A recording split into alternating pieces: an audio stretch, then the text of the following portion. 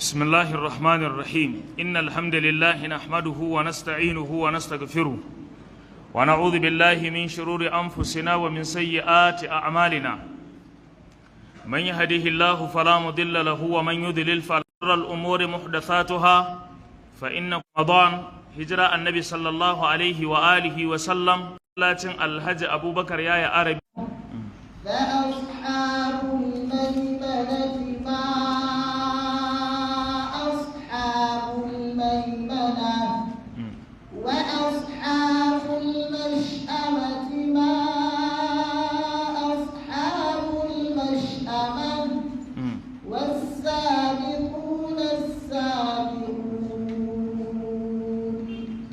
أولئك المقربون نعم في جنات النعيم.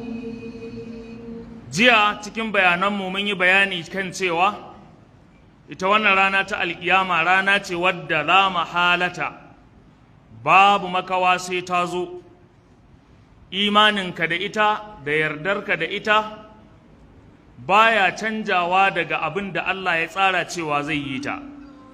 Haka rashin imaninka da rashin yardarka cewa za a yi ta baya hana ko baya rage ƙarfin faruwarta daga gurin Allah subhanahu wata'ala. Don haka ka yi imani da ita ka yarda cewa za ta faru, to wannan shine abin da ya fi maka zaman lafiya da kwanciyar hankali. Domin akwai abubuwa da Allah maɗaukakin sarki ya tsara waɗanda suke lazumta wa musulmi yarda da ainihin wato wannan alƙiyama ɗin, da ainihin wato wannan rana da wannan lokaci wanda Allah maɗaukakin sarki ya shirya.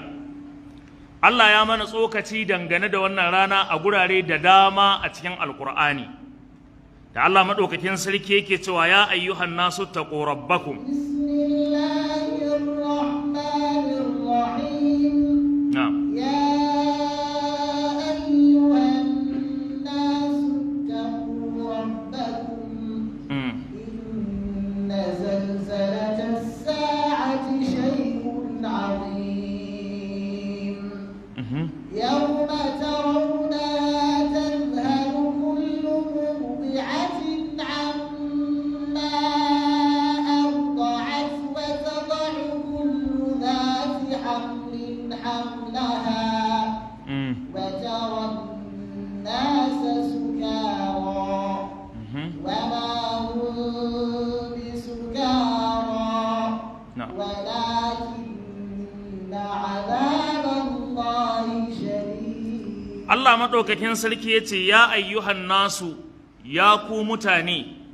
A nan malamai suka ce ba a ware musulmi da ma wanda ba musulmi ba, ko kai wane ne Allah da kai yake magana, domin ya ce ya ayyuhan nasu ya ku mutane gaba ɗayanku na da da na yanzu, wanda suke ji da wanda ba sa ji da wanda suke ji a yanzu ake magana da wanda a da aka faɗa musu wannan magana. Allah ya ce ittaqu rabbakum, ku ji tsoron ubangijinku mahaliccinku, ku yi taka tsantsan da lamarin ubangijinku, ku bi dokokin Allah, ku kuma hannu daga dukkanin abin da Allah maɗaukakin sarki ya hana ku. Idan kai ɗan kasuwa ne ka ji tsoron Allah cikin kasuwarka, idan kai ma'aikacin gwamnati ne ka ji tsoron Allah cikin aikin gwamnatinka, in kai ɗan siyasa ne ka ji tsoron Allah cikin siyasarka da shugabancinka, idan kai ba ka da nauyin kowa sai gidanka, to gidanka ma ka ji tsoron Allah wajen jagorancinsa, saboda manzon Allah sallallahu alaihi wasallama ya ce kullukum ra'in wa kullukum mas'ulun an ra'iyatihi, sai ce warrajulu fi ahli baitihi ra'in wa mas'ulun an ra'iyatihi. Malamai suka ce ma'anar taqwa shine an taj'ala, ka sanya abin da zai sanya ko zai zama badala da kandagarki tsakanin sabawarka ga umarnin Allah. Duk lokacin da mutum ya saka wa kansa ƙa'idar da za ta hana shi saɓa wa Allah, ko wata katangar da za ta tare shi daga haurawa katangar Allah, ya saɓa masa ya yi abin da ba daidai ba, to wannan ya ji tsoron Allah. man kana mu'minan taqiyan kana lillahi waliyan. Duk wanda ya ji tsoron Allah to wannan ya zama waliyin Allah. Duk mutumin da ya zama mai imani kuma mai taka tsantsan wajen sabawa Allah da bibiyar abin da Allah yake so, to wannan ya zama cikakken mai tsoron Allah.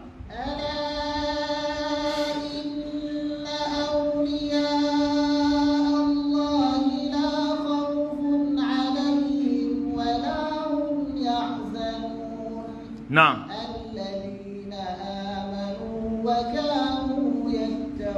Allah ya ce ala ku saurara, inna auliya Allahi, lalle waliyan Allah, masoyan Allah, la khawfun alaihim, a gobe kiyama ba su da tsoro irin tsoron da kowa zai fuskanci wannan tsoro a gobe kiyama, su ba su da wannan tsoron.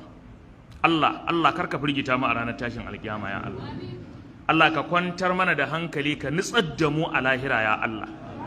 Allah ka sa muna cikin waɗanda za mu koma inuwa muna kallon yadda ake watangaririya da majaujawa da arna da kafirai ya Allah. Ala inna auliya Allah, Allah ya ce ku saurara, waliyan Allah la khawfun alaihim, ba su da tsoro, wala hum yahzanuna, kuma ba za su yi bakin ciki ba.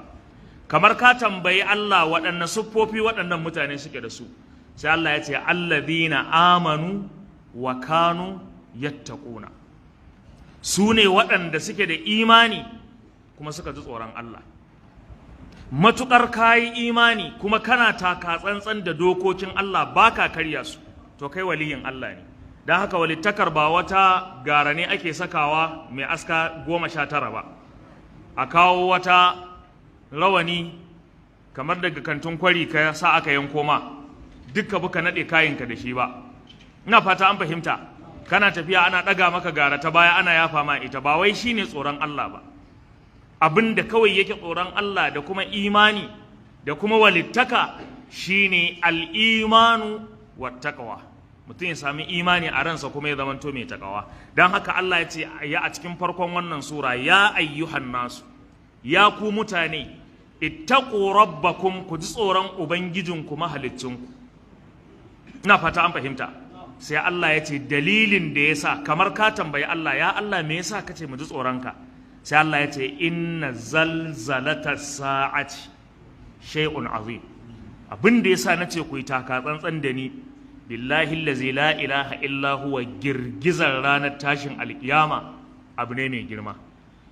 Inna zalzalata sa'ati, lalle girgizar ranar tashin alkiyama shay'un azimun, abu ne wanda yake mai girma. Sai Allah ya kawo misalan abin da zai faru don ku gane girman ranar.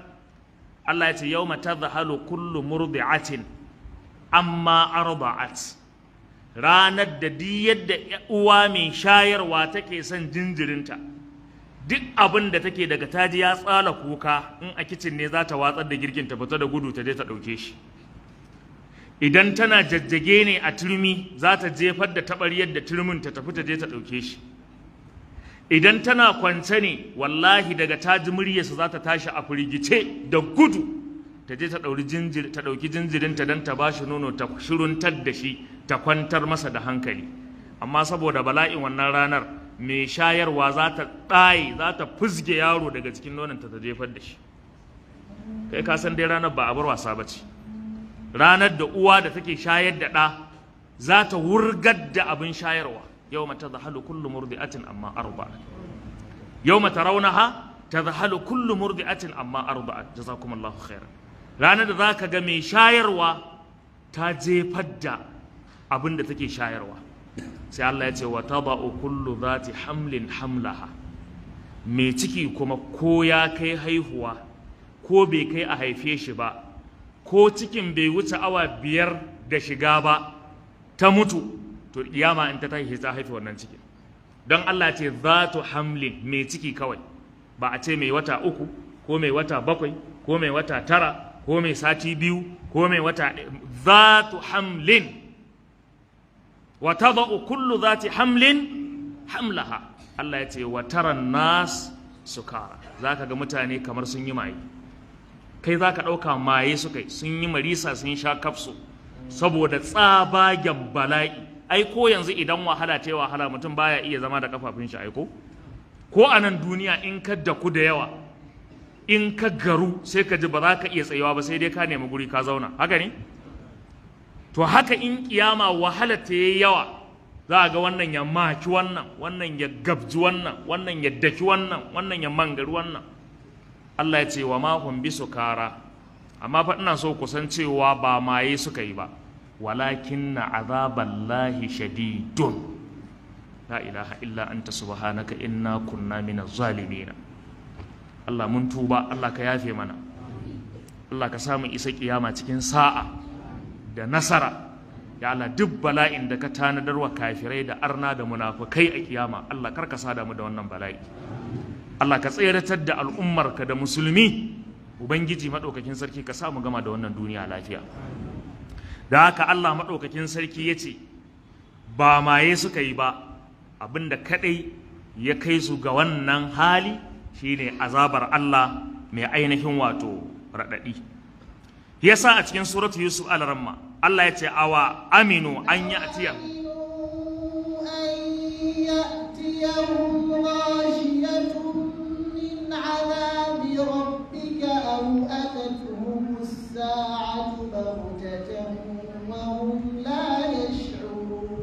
Allah ya ce awa aminu, yanzu dan Allah mutane sun amince, sun yarda, sun sakankance, sun amince musu an ta'atiyahum ghashiyatun, mai lullubewa ta zo musu min azabillahi daga azabar Allah.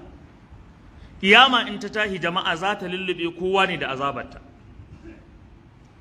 Bala'in kiyama sai ya lullube kowa, sai kaɗai wanda Allah ya yi wa rahama ya je da kafar dama. Allah ka kai mu lahira da kafar dama.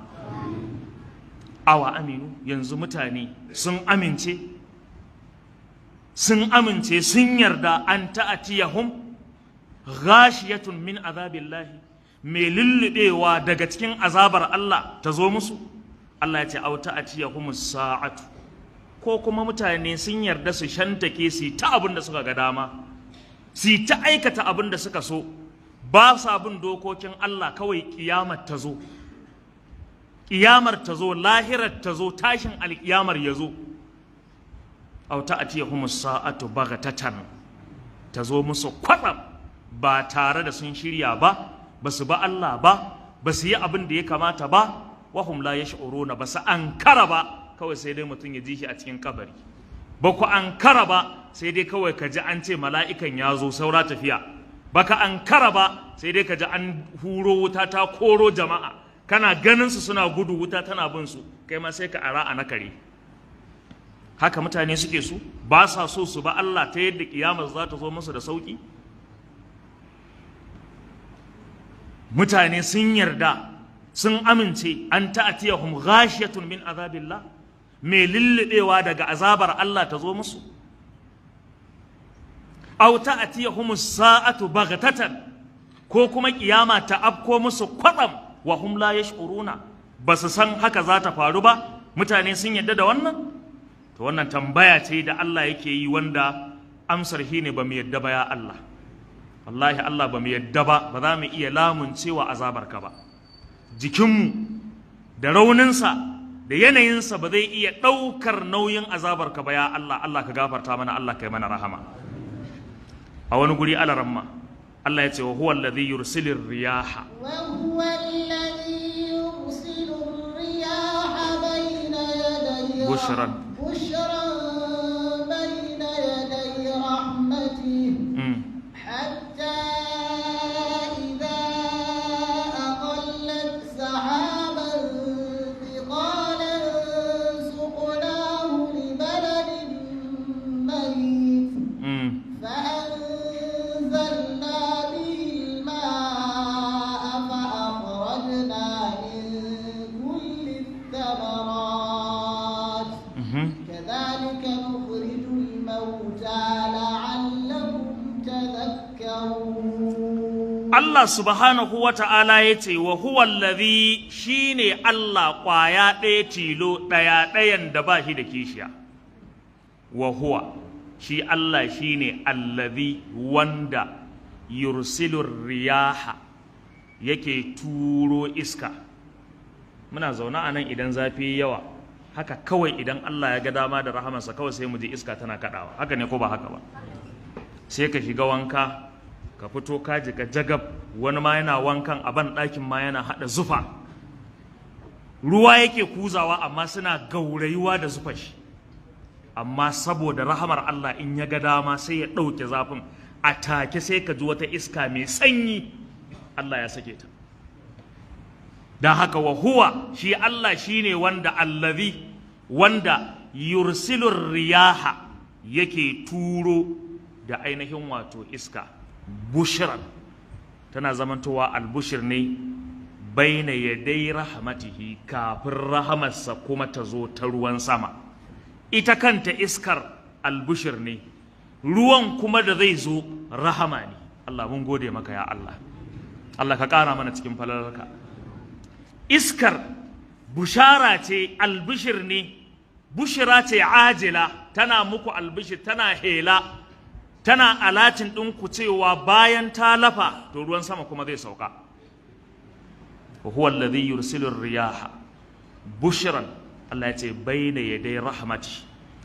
Allah ya ce hatta idza aqallat sahaban thiqala, har sai lokacin da ta ɗauko nauyin girgije mai nauyi, ta tattaro shi, ta ɗebo shi, ta taho da shi.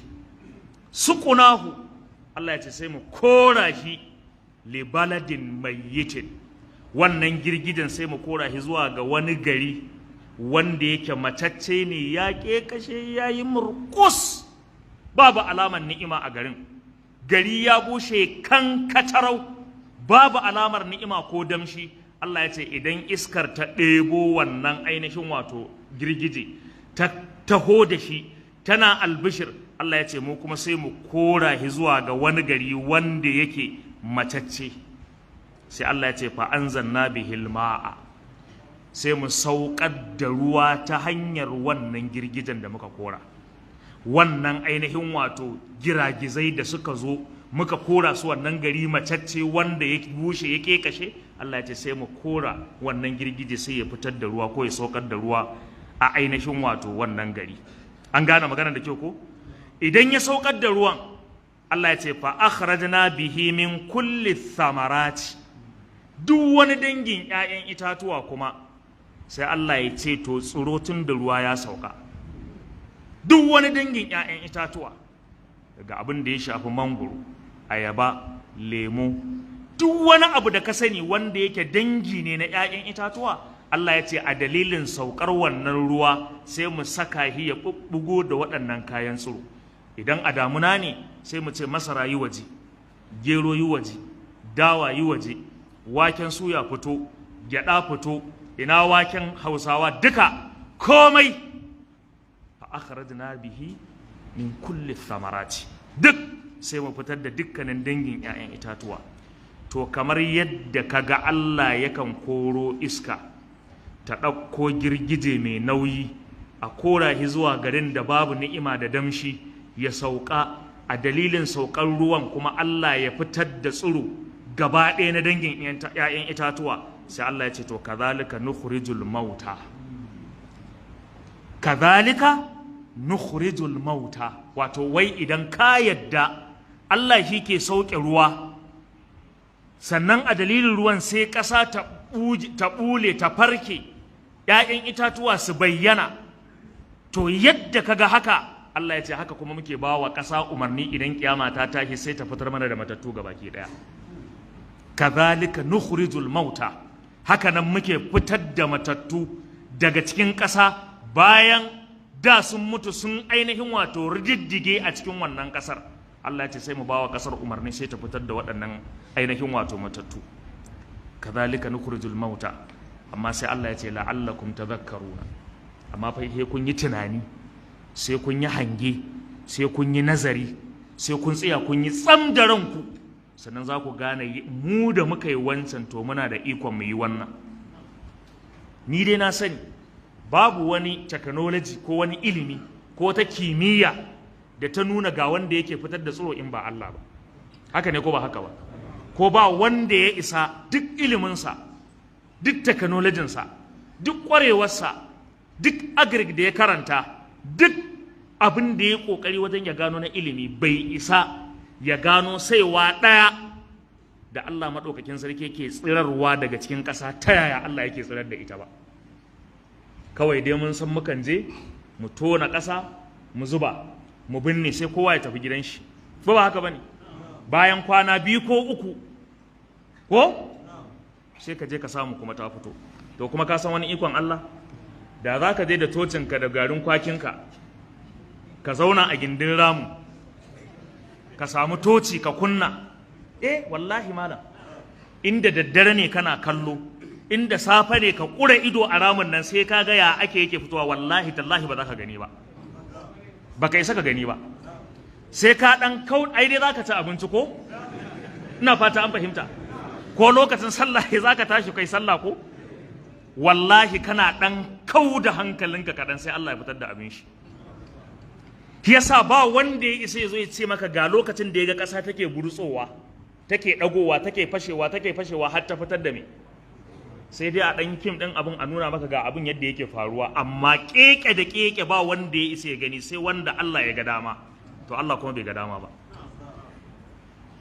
To yadda baka san ya sukan nan take fita ba, baka san a wannan yanayi ba, baka san wannan tsari ba, to haka in kiyama ta tashi Allah ba zai shawara da kowa ba, ba zai tambayi ra'ayin kowa ba, ba zai ce yaushe za mu yi wannan abun ba, ba za a jira uzurin wani ba. Na rantse da Allah kiyaman nan tana tashi kawai sai dai ka ji ta kwatsam. Yasa ya ce la ta'atikum illa bagatatan, ba ta zuwa muku sai kwatsam, ba ku ankara ba, ba ku san za ta zo ba. Wallahi Allah ya ce sai mu ce musu ta zo. An gane maganar da kyau ko? Wannan ya zo a cikin suratul a'raf. Allah madaukakin sarki ya faɗa mana a wasu sura, yace qutilal insanu ala ramma, qutilal insanu ma akfara min ayyi shay'in khalaqa min nutfatin khalaqahu faqaddara thumma as-sabila yassara thumma amatahu fa aqbara thumma idha sha'a anshara to kalla lamma yaqdi ma amara. ya isa ala ramma. Allah madaukakin sarki yace qutilal insanu, Allah an ci dan adam, an tura mishi ane shi, an gaya masa magana marar daɗi. Me dalili? Allah ya ce ma akfarahu. Me yasa dan adam yake da yawan kafirci da butulcewa Allah ne ka? Qutilal insan ma akfara. Allah ya ce min ayyi shay'in khalaqa. Daga meye ne kan Allah ya halicce shi? An gane magana da kyau ko? Min ayyi shay'in khalaqa. Sai Allah ya ce min nutfatin khalaqahu faqaddarahu. Daga wani digon maniyi ne fa Allah ya halicce shi, sai ya shirya shi, ya tsara shi, ya gina shi, ya kaddara shi ya zama abin da ya zama. Da haka kai dan adam asalinka fa ba wani abu ne mai kyau ba. Asalinka, tushenka, yanayin yadda Allah ya tsaro ka, in fa a haka aka barka fa dalo gaji zaka zama. Na fata an fahimta, dalo gaji. Amma da Allah ya ga dama sai ya wanke ka har kake kafafa, kake toroko, kake boroko, kake jin kai wata tsiya ce. Amma ka ji asalinka, Allah ya ce min nutfatin khalaqahu faqaddarahu. Sannan thumma sabila yassarahu. Hanyar da zaka fito Allah sai sauwake ta. Kai dai daga ka san yadda dan adam ake haihuwarsa, ka san in ba saukin Allah wallahi tallahi bai isa ya fito duniya ba. Ko ba haka bane jama'a? Daga yanayin da kaga ake haihuwar dan adam har ya girma, daga yanayin yadda zaka zo ka samu jariri a kwance, kuma ka tuna yadda aka yi aka haife shi, kai ka san in ba daga Allah ba wanda ya isa wannan aikin. Haka ne jama'a ko ba haka bane? Dan haka Allah ya ce thumma sabila yassarahu. Sa'annan aka sauwake masa hanyarsa ta fitowa duniya. A wata fassara, wasu fassara malamai suka ce thumma sabila yassarahu, sa'annan Allah ya sauwake wa dan adam yadda zai rayu. Babu wani jinjiri da zaka koya mar ya zai ci ko ya zai sha. Allah ya sauwake masa wannan. ba wanda ya isa ya ɗamfara wa mutum magana a bakin shi ya kama in bawa ba Allah shi ya sauwake masa ya kama yaren baban shi da yaren mamar shi da yaren gidansu. Lokacin da ɗa zai fara tashi ya taka, wallahi ko ka koya mar tafiya ko kar ka koya mar tafiya, in Allah ya ga dama zai tafi ko ba zai tafi ba. Summa sabila yassarahu, Allah ya sauwake masa hanyoyin rayuwarsa. Idan yana jin yunwa, baka da wani batir da ka jona wanda zaka danna in yana jin yunwa yayi kuka a bashi mai abinci. Ita kanta uwar shi sai Allah ya kimsa mata yadda idan yunwa yake ji yana buƙatar tsotso, to ta gane cewa tsotso yake buƙata. Thumma sabila yassara, hanyar da zai rayu Allah ya sauwake masa ita, ya bashi duk abin da yake buƙata saboda ya rayu lami lafiya. To daga ƙarshe sai Allah ya ce thumma amatahu fa aqbarahu. Bayan mun sauwake masa hanyar rayuwa, yayi rayuwar kuma mai daɗi ko ma marar daɗi ko ma mai cece, Allah ya ce daga ƙarshe kuma amatahu, mu ne za mu kashe shi. Yasa ko kai rayuwa ta kirki ko kai kartakiki ko kai ta arziki ko kar kai ta arziki, ko ka ba Allah ko kar ka ba Allah, ko kai abin da ya kamata ko kar kai, thumma dai amatahu fa aqbarahu. Allah ya ce za mu kashe ka kuma za mu danna ka a kabari. Ba abin da zai same mu, kuma in mun yi haka ba mai tambayar mu dalili. Thumma amatahu fa aqbarahu, za mu kashe ka kuma za mu saka ka a kabari, kuma abin da ka aikata mai kyau za ka je ka samu, wanda kuma kai mummuna wallahi shi ma sai ka same shi. Da haka manzon Allah sallallahu alaihi wasallama ya ce wanda ya mai kyau falyahmadillah, abin da ya gani mai kyau ya gode wa Allah. Wanda kuma ya mummuna, to sakamakon da ya gani fala yalumanna illa nafsahu, kada ya zargi kowa, ya zargi kansa. Dan haka duk ya laitani da dan adam zai faɗa a lahira ba za ta yi masa amfani ba, domin daga kaji dan adam yana cewa ya laitani a lahira, to lamari ya ɓaci, bai yi abin da ya dace ba ne.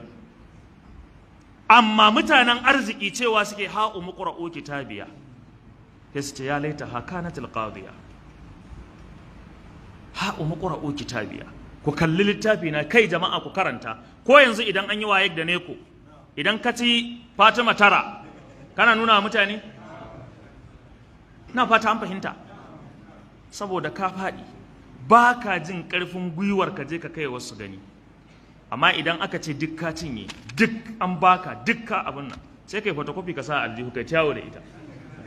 Duk inda kuka gama hadda ɗan gadara niyawa ne, nawa ka samu ne kan bare da kaza na waye ɗinka ne, ce wallahi guda 4 na samu, ba ma masu da English. Ya ce kai alhamdulillah mu Allah ya mana abin nan, kawai sai ka zaro ta aljihu. Ko ba haka bane jama'a? Ka ce masa duba dai ka gani ni abin da na samu, saboda ka san ka samu abin arziki, ba wanda ba za ka nuna ba. Ha'u muqra'u kitabiya, ku karanta littafi na. Wannan a duniya kenan.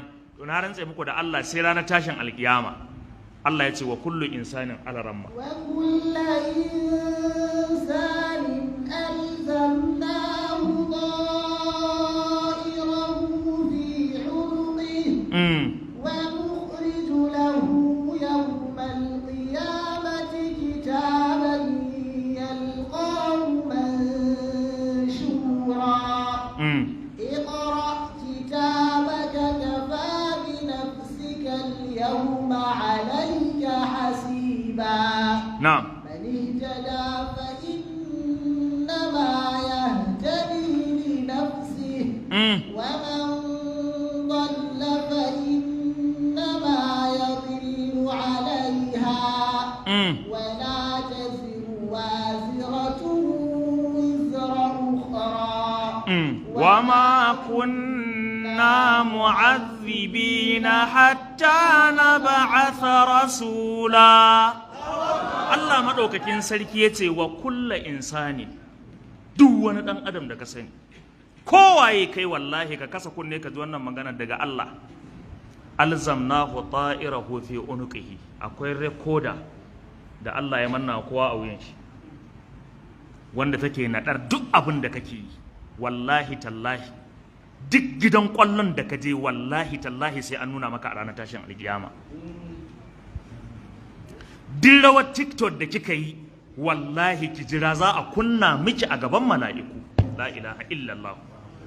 Wa kullu insanin, kowaye kai, kullu kuciya ce wannan, ba wanda bata shafa ba. Allah ya ce alzamnahu ta'irahu fi unuqihi, mun sa mar rekoda wanda yake rekodin ayyukansa da abubuwan da yake gudanarwa a rayuwar shi. Zamba cikin aminci, ƙara zero, cin amana, baka kuɗin wasu ka tauye, ko me kake yi kana ɗiba mala'iku suna naɗa da kyamara a kansu yadda Malam Usman yake tsaye da kyamarar nan, ba da yanzu yana naɗa duk abin da muke yi ba, to wallahi suna naɗa. alzamnahu ta'irahu fi unuqi.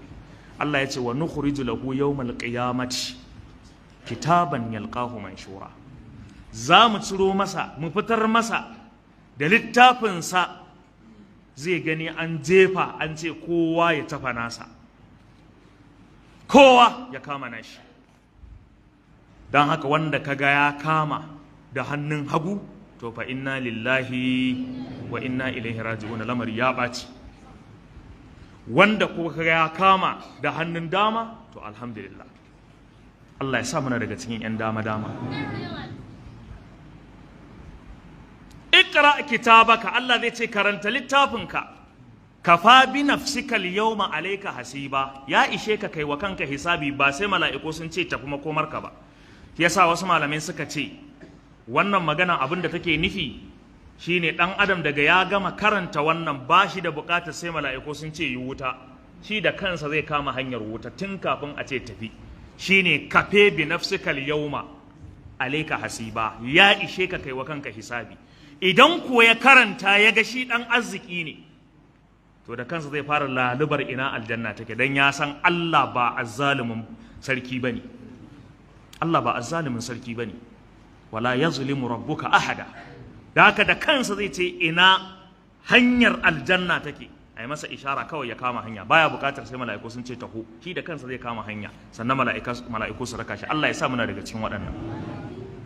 Kafa bi nafsika al-yawma alayka hasiba. Sai Allah ya ce mani hitada, wanda ya shiryu ya koma kan tafarkin Allah, ya gane wannan maganar, yayi aikin da ya dace, fa inna ma ya hatadi li nafsihi, wannan dan kansa ya shiryu ba dan kowa ba.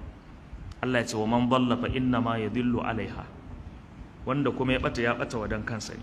Allah ya ce wa ma kunna mu'adhibina, mu dai ka'idar da muka saka wa kanmu, wala taziru waziratun wizra ukhra, wata rai ba ta daukar laifin wata. Duk wanda yayi aikin banza wallahi shi kadai zai samu. Shi yasa maganar da zaka ji wani ana mar wa'azi sai ya ce malan kabarinka daban kabarina daban, kalma ce fa ta gaskiya, yadda ya faɗa haka yake. Amma idan wannan magana yana yin ta ne da nufin a bar shi ya aikata abin da ya ga dama, tun da dai abin da zai shafe shi na azaba ba zai shafi wancan ba saboda kabarin kowa daban, to yayi asara wannan bawan. Amma in yana faɗin ta ne a babun wa'azi da faɗakarwa, fa kabarina daban naka daban, wannan maganar gaskiya ce, to kar ta zamanto kalimatu haqqin yuradu bihal batil, kalma ce ta gaskiya amma ana nufin barna da ita. Jama'a kuna fahimtar maganar da kyau ku? Da haka wala taziru waziratun wizra ukhra, laifin wata ba ta ɗaukar laifin wata. A cikin littafin kaifa yajibu alaina an nufassira al-Qur'an al-azim ko al-Qur'an al-karim na Muhammad Nasiruddin Albani, ya kawo kaɗan daga cikin fassarar wannan aya da yazo yana magana dangane da hukuncin mutumin da aka yi masa kukan mutuwa. Sai ce ƙa'ida ce kafin ka mutu in ka san danginka suna yi, ka ce to in na mutu kar a yi mu. Ina fata an fahimci magana. Idan suka yi maka to shikenan laifinsu ba zai me ba shafe ka ba, amma idan baka bar wasiya ba suka yi, to anan dai laifin wani yana shafar wani. Idan suka yi ma kuka wallahi sai amma azaba, saboda hadisin annabi Muhammad sallallahu alaihi wasallam ya ce al-mu'awwalu alaihi yu'azzab, mutumin da duk ake masa kukan mutuwa to za a mar azaba, duk wanda aka yi masa kukan mutuwa za a yi masa azaba. Ina fata ana fahimtar magana. Wala taziru waziratun wizra ukhra, sai Allah ya ce wa ma kunna mu'adhibina, ba mu kasance masu azabtar da mutane ba hatta na ba'atha rasula, har sai mun turo manzo ya musu gargadi. ya gaya musu wannan ayyukan su daina, su kaɗaita Allah da bauta, su daina bid'a, su daina shirka, su daina sabo, su daina zamba cikin aminci, su daina cin amana, su daina tata, su daina shan giya, su daina zina, su daina rawar TikTok, su daina abubuwa na asha da Allah wadarai. Allah ya ce ba za mu yi azaba ba sai mun gargadantar. In mutum ya ji gargadi to sai ya gamu da fushinmu. Allah ka ba mu zuciya ta sauraro da fahimta da aiki da abin da muka ji. Alaramma Allah bai tsaya anan ba, ya sake cewa wani fuka fi suri fa idza hum min al ajdasi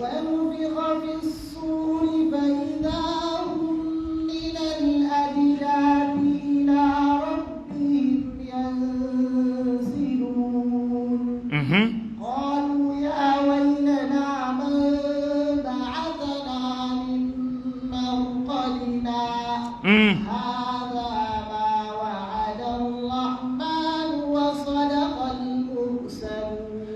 Allah ya ce wa nufikha fi suri, za mu busa a cikin ƙaho. Allahu akbar. Ranar da aka yi busar guda biyu ce. Akwai busar farko wanda in an yi ta kowa sai ya mutu, har kiyashi da ƙwari komai sai ya mutu, ba wanda zai saura idan Allah ya sa mala'ika yi wannan busar. Wa nufikha fi sur, Allah ya ce za mu busa a cikin ƙaho. Fa idahum min al ajdasi, sai ga mutane daga cikin kaburburansu ila rabbihim, zuwa ga ubangijinsu, yansiluna, suna sulalewa, suna tafiya, suna gudu, za su tafi gurin Allah, filin tashin alkiyama.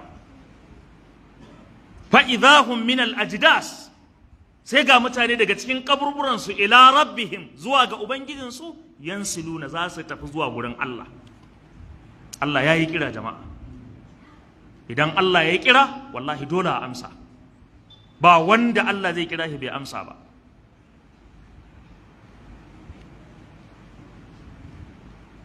Saboda haka za su tafi. Ƙalu, sai ka ji ma sun buɗu baki sun ce, ya wailana, ya kai tanmu, man ba'athana min marqadina hadha, wane ne ya farkar da mu daga wannan bacci namu? Malamai suka ce bacci kuma, sai malamai suka ce wannan an wajjahar da magana ne zuwa ga bayin Allah mumine a cikin kabarinsu.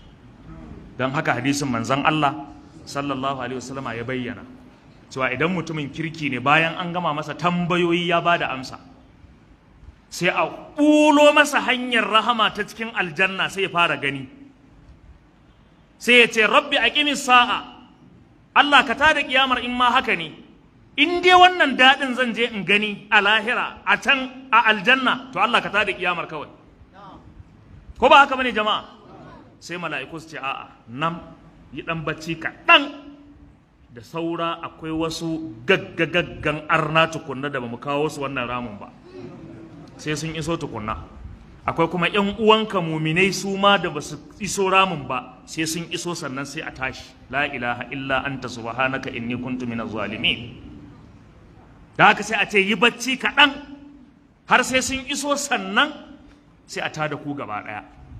To su ne suke wannan magana, ƙalu ya wailana, su ce ya kai tanmu, man ba asana min marqadina haza, wane ne ya tayar da mu daga wannan bacci namu, muna baccin mu mai daɗi cikin ni'ima, saboda ya yi aikin alheri, saboda ya ba Allah, bai sha giya ba, bai sha sholi ba, bai yawo da zoɓaɓɓen wando ba, hands down, za a yi down da kai a wutar jahannama billahi allazi la ilaha illa huwa. Hands down ba, ayya, hands down, na tausayin kaina da kai billahi allazi. Bai yi hands down ba, ba gariyo, ba adda, bai sha jinin kowa ba, bai bi matan kowa ba, bai yi aikin asha ba, bai yi zina ba, bai yi tata ba, bai yi lido ba, bai yi bet naija ba, bai je filin kwallo ba, ya yi sallah, ya yi azumi, ya bi iyayensa, baya sallar jam'i ba ta wuce shi, yana ƙoƙari wajen ayyukan ibada, duk abin da Allah ya ɗora mishi yana ƙoƙarin yi. abinda Allah ya hana shi yana bari. Dan haka zai ce man ba'athana min marqadina, wa ya tada mu daga baccin mu, muna baccin mu mai daɗi cikin ni'ima. Allah ka sa muna daga cikin masu bacci mai daɗi a cikin kaburburan. Sai Allah ya ce hadha ma wa'ada ar-rahman, wannan ta da ku da aka yi alkawari ne, ba don haka ba da hayan barku ku ta baccin ku ba matsala. To amma mun riga mun yi alkawarin kiyama za ta tashi, don haka yanzu lokacin ta ne yayi. Hadha ma wa'ada ar-rahman, wannan shine alkawarin ar-rahman da yayi cewa in lokaci za a tada kowa. Wa sadaqal mursaluna, kuma saƙon da manzanni suka gaya muku na cewa za a tashi alkiyama gaskiya ne, ba ƙarya suka yi muku ba. Don haka ga gaskiyar maganan nan ta zo ta yau.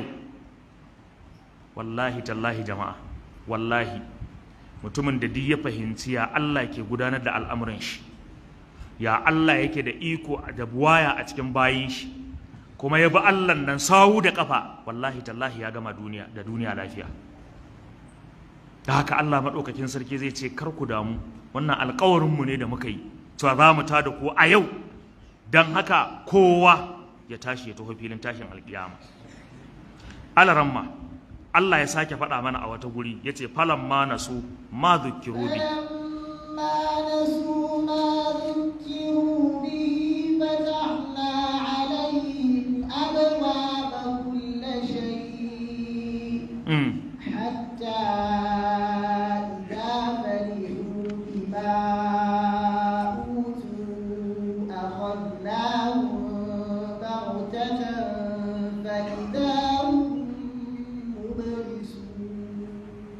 فقطع دابر القوم الذين ظلموا والحمد لله رب العالمين.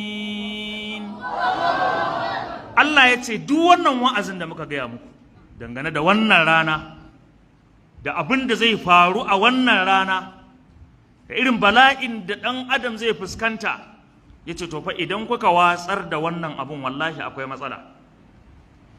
In kuka manta da wannan wa'azin, kuka ƙi ku yi aiki da shi, kuka wance kalar da waɗannan ayoyin, Allah ya ce akwai damuwa fa. Allah ya ce falan ma nasu ma zukkiru bihi, lokacin da suka manta da wa'azin da muka yi musu, suka watsar da faɗakarwar da muka yi musu, suka wance kalar da ayoyinmu, suka yi fatali da su, suka ajiye su a gefe, suka yi abin da suke so, abin da suka ga dama. Allah ya ce fatahana alaihim abwaaba kulli shay, sai muka bude musu kofar komai. Yasa sai ka ga mutumin banza malam, amma wallahi yana cikin walwala. Kar wannan ya rude ka. Har manzan Allah sanda aka ja kunnen shi akan haka, la yaghurrannaka taqallubul ladina kafaru fil bilad mata'un qalil. Kada ya rude ka dan kaga arna suna wadaka, ba su da matsalar komai. Ai kai dama daga cikin cikon baiwarka dole Allah ya jarrabe ka, domin manzan Allah ya ce ashaddun nasi bala'an al-anbiya'u thumma al-amsalu fal amsalu. Wanda yafi kowa fuskantar jarabawa a duniyan nan su ne annabawa. Kai dai ka san annabi Muhammadu duk duniya ba wanda ya kai shi daraja, amma akan iya yin kwana 30 ba a girki a gidan manzan Allah ba. Wannan ba jarabawa bace da ma? To Allah ya masa haka ne don ya ƙara cika masa baiwar shi.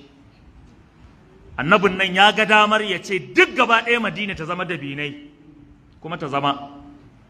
Duk gaba ɗaya da Madina ta zama alkama, duwatsunta labataiha, duwatsunta guda biyu da suka sata a tsakiya. Annabin ya ga dama ya ce ta zama azurfa da zinare, wallahi za ta zama. Sai dai da safe kowa ya je ya ɗuba ya ɓatar, ya koma ya kwanta, ba shi da matsalar komai. Shi yasa lokacin da matan manzan Allah suka fusata shi, da ya tafi ɗakinsa tirakarsa ya je ya zauna, sai na Umar ya je masa yana ba shi haƙuri. Da ya ɗaga kai zai kalli wannan irin decoration aka yi a ɗakin annabi Muhammadu, sai ya ga wani buzu ne, buzu jama'a, fata na rago an jeme a rataye. Nan wata 'yar salkar ruwa ce, ita ma an rataye ta. Annabi ba ruwansa da duniya jama'a. Sai na Umar da kansa sai abin bai masa ba, sai ya ce ya rasulullahi kai wa al'ummarka addu'a mana Allah ya yalwata mata ya buɗa mata ta samu arziki ta samu kuɗi. Annabi da yana kishin gide kawai sai ya firgita ya zauna zaune ya ce Umar ya ce a haka kake ya ce waɗannan mutanen da kake gani an musu komai da komai an ba su duk wata bukata da duk wata ni'ima da Allah ya musu, ka sani cewa wannan Allah ya musu talala da mai kamar sake domin ba sa bautar Allah ko ba su kaɗaita Allah da bauta ba. don haka wannan abun ba wani abun alheri bane a gare su. Saboda haka abin da nake so da kai ka ba Allah ka kuma yi haƙuri da dukkanin yanayi da rayuwa da ka tsinci kanka a ciki. Da haka manzon Allah ya yi wa Umar fada yace karka kuskura abin duniya ya ɗebe ka. Manzon Allah kenan jama'a, farin jaka da babba dan Abdullahi, ka Ahmadu lam yunsha wala huwa yunsha'u,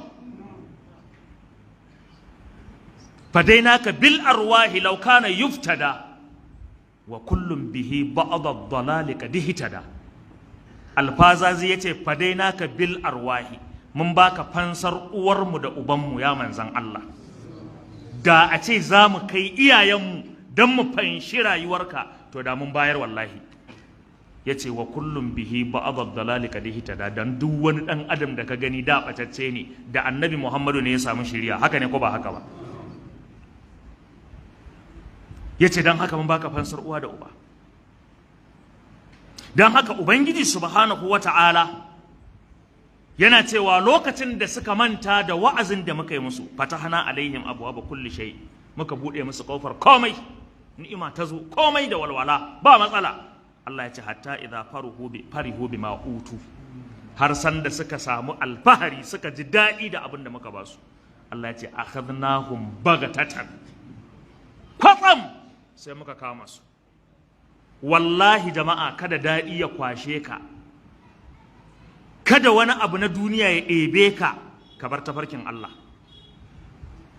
Kowaye kai ya zama kafarka ɗaya a waje ɗaya a ciki, kana duniyarka kuma kana lahirarka. Mai wayo cikin mutane shine wanda duniyarsa bata hana shi bin lahirar shi ba. Zai je ya nemi kuɗi, zai je ya sana'a, zai je ya yi kaza ya yi kaza. In ma'aikacin gwamnati ne zai je ofis.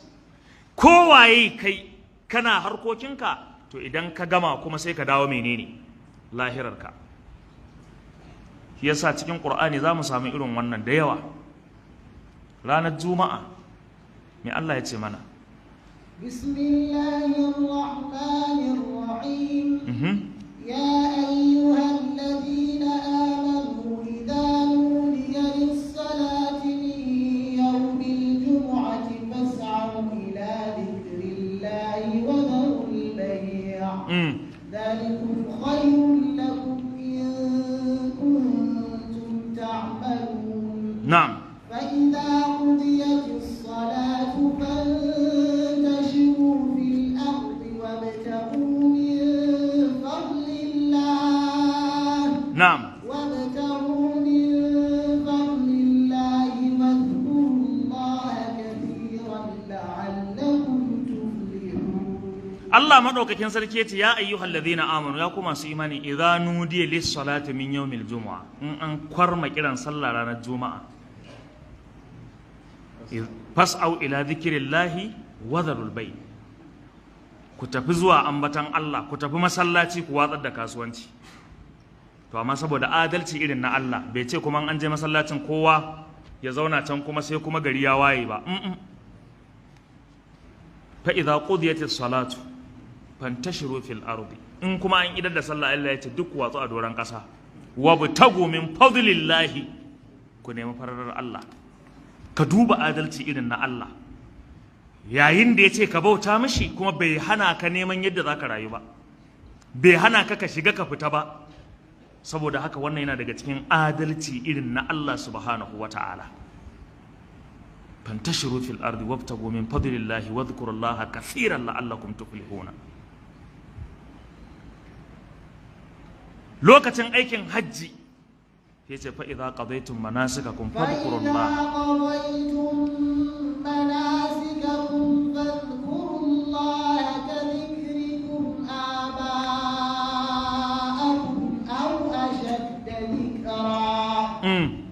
ومن الناس من يقول ربنا آتنا في الدنيا وما له في الآخرة من خلاق ومنهم من يقول ربنا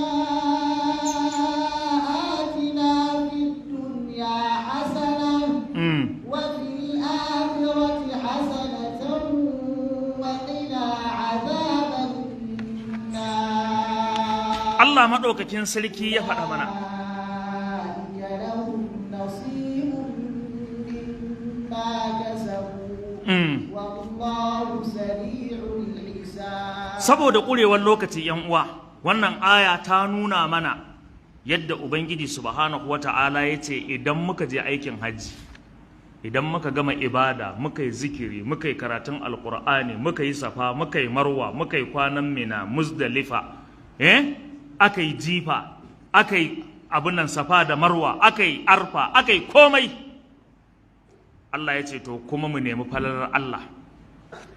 Shi yasa ya ce daga cikin mutane akwai wanda idan ya je wannan guri cewa yake kawai Allah ya bashi duniya. Allah ya ce kaga irin wannan ba su da rabo a lahira fa. Ko ba haka bane jama'a? Ka je Ka'aba ka kasa roƙon aljanna. Allah ya ce irin waɗannan fa ma lahum fil akhirati min khalaq. Ba su da rabo a lahira. Daga cikinsu kuma Allah ya ce akwai wanda idan ya je irin wannan guri zai ce Allah ka ba mu mai kyau a duniya kuma ka ba mu mai kyau a lahira. Kaga ashe Allah lokacin da ya ce ka nemi lahira kuma a lokaci bai hana ka neman mai ba duniyar ka ba. Adalci kenan irin na Allah. Don haka musulmin kirki ya tsaya yi wannan. Da haka Allah ya ce fa idahum mublisuna. Allah ya ce fa quti adabirul qaumil ladina kazzabu abunna zalam. Sai muka datse gadan bayan waɗanda suka zalunci kansu.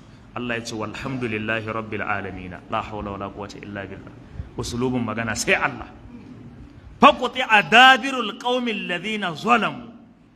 Sai muka datse bayan wanda suka zalunci kansu.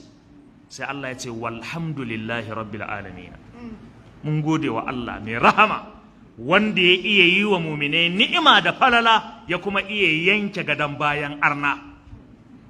Walhamdulillahi rabbil alamin.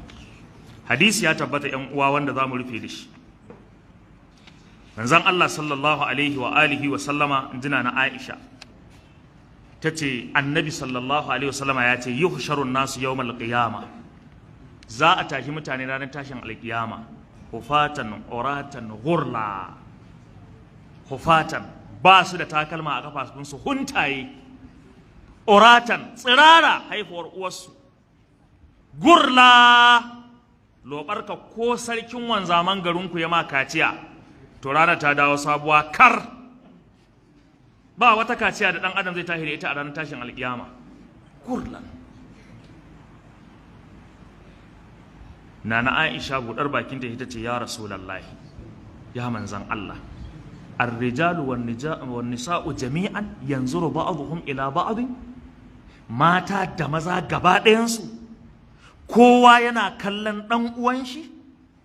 Ƙala sai manzan Allah ce ya Aisha ya ke Aisha, al'amuru a shaddu, abin tsananinsa ya wuce an yanzu raba abuhun ila ba'abi.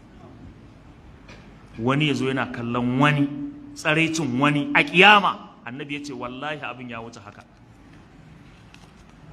Za mu dakata a nan ‘yan uwa, akwai ayoyi da mu gama ba kuma akwai hadisai da mu ƙarasa ba. Da haka gobe alaramma zai sake jawo gurin nan, mu ba fa sauri muke ba. Ba wallahi ba ma sauri jama'a, zai sake maimaita mana gurin nan, za mu sake jin wasu ayoyi da kuma hadisan annabi Muhammadu sallallahu alaihi wasallam, domin wallahi jama'a irin yadda al'amuran mutane suka lalace, da yadda tarbiyya ta ɓaci, da yadda tauhidin mutane ya karye, da yadda aƙidun mutane suka wargaje, na rantse da Allah da ni da ku muna da buƙatar jin waɗannan maganganun na Allah da na manzon Allah. Allah ka ba mu ikon ji da aiki da su. Kafin mu rufe, kafin a ɗauki kamara, akwai Alhaji Sa'adu Ali mai Silifas Company Limited, Allah ya saka mishi da alkhairi. Ya turo da wasu wani saƙo ko saƙonni wanda za mu karanta su yanzu. Ya ce assalamu alaikum, malam ga zakan naira 250. Ku ƙara kabara mana. Allah ya saka Alhaji Sa'adu Ali mai silifas. Yake cewa daga Alhaji Sa'adu Ali mai silifas zuwa ga masallacin Miyati naira 100 na masu yi wa masallaci hidima da kuma tafsir kwamiti. An gane magana da kyau ko? Zakka ce na masu yi wa masallacin hidima da kuma tafsir kwamiti. An gane magana?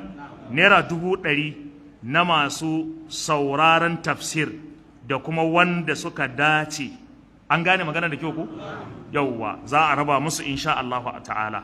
Sannan sai naira 50,000 na marayu su kuma a saka su.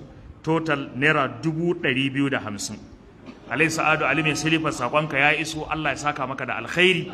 Allah madaukakin sarki ya biya ka da aljanna. Kuma yadda ka faɗan nan za mu yi abin da ya dace gwargwadon iyawa. Allah madaukakin sarki ya saka maka da alkhairi. To ga wani shi ma bawan Allah a takaice ba sai na karanta ba, ya kawo zakka ne ta naira 10,000. Muna addu'a Allah ya saka mishi da alkhairi. Na asusun marayu za a saka ko? To Allah ya saka masa da alkhairi. To wannan shine. Dan haka insha Allah ta'ala gobe in mun zo za mu karasa waɗannan ayoyi mu ƙara maimaita su, sannan sai mu karasa abin da ya sawwaka, sannan sai mu shiga ayoyin gaba idan da sauran lokaci. Abin da muka faɗa daidai. Na? Wannan? Ko wannan? Okay. Sannan akwai na'am kwarai da gaske. Sannan akwai in ba ku manta ba, muna ɗan tattala taimako domin taimakon marayu. Saboda marayun nan a wannan lokacin ma sun fi buƙatar taimako sama da kowane lokaci. Kuma zan samu lokaci da zan yi mana nasiha akan taimakon maraya. Amma dai a yanzu muna sanar da waɗanda suke kallon mu da wanda suke sauraron mu cewa idan mutum yana so ya taimaka wa marayu, to ga ainihin wato sunan akawun da kuma sunan bankin da kuma nambar akawun na bankin wanda zai tura mana wannan taimako, kuma za a kai zuwa ga inda ya turo a kai ma'ana gurin marayu din insha Allah. Sunan bankin dai ko sunan akawun din dai Abubakar Yaya Arabi Foundation. Sunan akawun din kenan Abubakar Yaya Arabi Foundation. Sannan bankin kuma sunansa Unity Bank. Unity Bank. Akawun na bankin 00 52 120730. Bari sake maimaitawa saboda wanda suke ɗauka a halin yanzu da kuma wanda suke kalla kai tsaye ta kan page namu.